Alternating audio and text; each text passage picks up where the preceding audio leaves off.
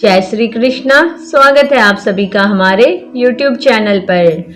आज हम आपको कार्तिक मास का महात्म्य और कार्तिक मास की कथा का श्रवण कराएंगे। यदि आप चैनल पर नए हैं तो चैनल को सब्सक्राइब अवश्य करें। एक बार ब्रह्मा जी ने नारद जी को कार्तिक मास के विषय में बताते हुए कहा कि कार्तिक मास भगवान विष्णु जी को सदैव ही प्रिय है। कार्तिक मास को उत्तम मास, दामोदर मास भी कहा जाता है। इस मास में भगवान विष्णु के साथ तुलसी पूजा, गंगा स्नान, दीपदान, यज्ञ, दान, व्रत, भूमि पर शयन, पूजा पाठ आदि करने से हर कष्ट से छुटकारा मिलता है। कार्तिक मास पुण्य अर्जित करने का मास है।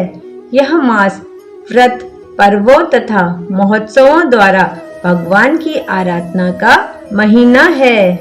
इस मास में भगवान विष्णु जी का ध्यान करते हुए कोई भी पुण्य कार्य किया जाए तो उसका फल अवश्य मिलता है। सभी योनियों में से मनुष्य योनि को सर्वश्रेष्ठ तथा दुर्लभ कहा गया है। इसलिए प्रत्येक मनुष्य को कार्तिक मास में पुण्य कर्म करने चाहिए, क्योंकि इस माह में सभी देवतागण गंगा स्नान करने धरती पर आते हैं। कार्तिक मास में अन्न दान, जो कि सभी पापों का नाश करता है, अन्न के दान का विशेष महत्व है। कार्तिक मास में भगवान विष्णु मत्स्य के रूप में जल में निवास करते हैं। ऐसे में जो साधक पूरे कार्तिक महीने में सूर्योदय से पहले पवित्र नदी या तालाब में स्नान करता है और दान करता है, उसे वैकुंठ धाम की प्राप्ति होती है। आइए अब श्रवण करते हैं कार्तिक मास की कथा का। एक गांव में एक गरीब बुढ़िया रहती थी। उसका अपना कोई सगा नहीं था। वो दिन रात कान्हा जी की भक्ति में लीन रहा करती थी और रोज सुबह गंगा स्नान करने जाती थी।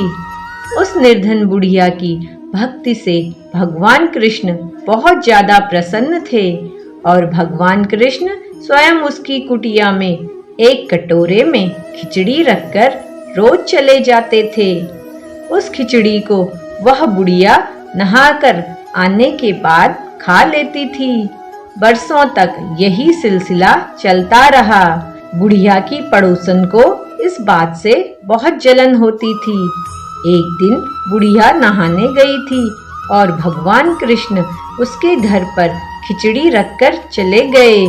तभी दुष्ट पड़ोसन ने वो खिचड़ी का कटोरा घर के पीछे फेंक दिया। जब गंगा स्नान के बाद बुढ़िया घर लौटी तो उसे खिचड़ी का कटोरा नहीं मिला। बुढ़िया बहुत दुखी हुई और भूखी ही रह गई। पड़ोसन यह देखकर बहुत खुश हुई। पड़ोसन ने जहाँ खिचड़ी का कटोरा फेंका था वहाँ पर एक पौधा उग गया और उसमें 2 सुंदर फूल खिल गए। उन फूलों की सुगंध बहुत अलग थी। एक बार एक राजा उधर से गुजर रहा था। राजा को फूलों की सुगंध काफी अच्छी लगी तो वो दोनों फूल तोड़कर रानी के लिए ले गया। रानी ने उन फूलों को सूंघा तो गर्भवती हो गई। 9 महीने के बाद रानी ने 2 जुड़वा बच्चों को जन्म दिया। दोनों राजकुमार जब बड़े हुए तो किसी से भी बात नहीं करते थे, लेकिन अक्सर जंगल में शिकार करने जाते थे। जंगल में उनकी मुलाकात उसी बुढ़िया से होती थी। दोनों राजकुमार बुढ़िया से बहुत बातें करते थे। ये बात जब राजा को पता चली तो राजा बहुत हैरान हुआ। राजा ने तुरंत सैनिकों को उसे लाने के लिए भेजा। दरबार में जब वह बुढ़िया पहुंची तो राजा ने पूछा कि मेरे दोनों बेटे किसी से बात नहीं करते, लेकिन आपसे बात करते हैं, ऐसा क्यों? बुढ़िया ने कहा कि मुझे ये सब नहीं पता, लेकिन हाँ, मैं तो अपना खिचड़ी वाला कटोरा खोज रही थी। तब एक दिन ये दोनों मुझे मिले। और कहने लगे कि मैं आपका कटोरा हूँ और मैं ही आपकी खिचड़ी हूँ। और तब से ये मुझसे मिलने आने लगे। बुढ़िया ने पड़ोसन वाली भी सारी बात बताई। इस पर राजा को सब समझ आ गया। राजा ने बुढ़िया को प्रणाम किया और उन्हें राज दरबार में विशेष अतिथि बनाकर हमेशा के लिए रख लिया। यह सब देखकर दोनों राजकुमार काफी प्रसन्न हुए। उन्होंने तुरंत राजा को प्रणाम किया और दोनों ने बोलना भी शुरू कर दिया। संयोग से ऐसा सब कार्तिक मास में हुआ था।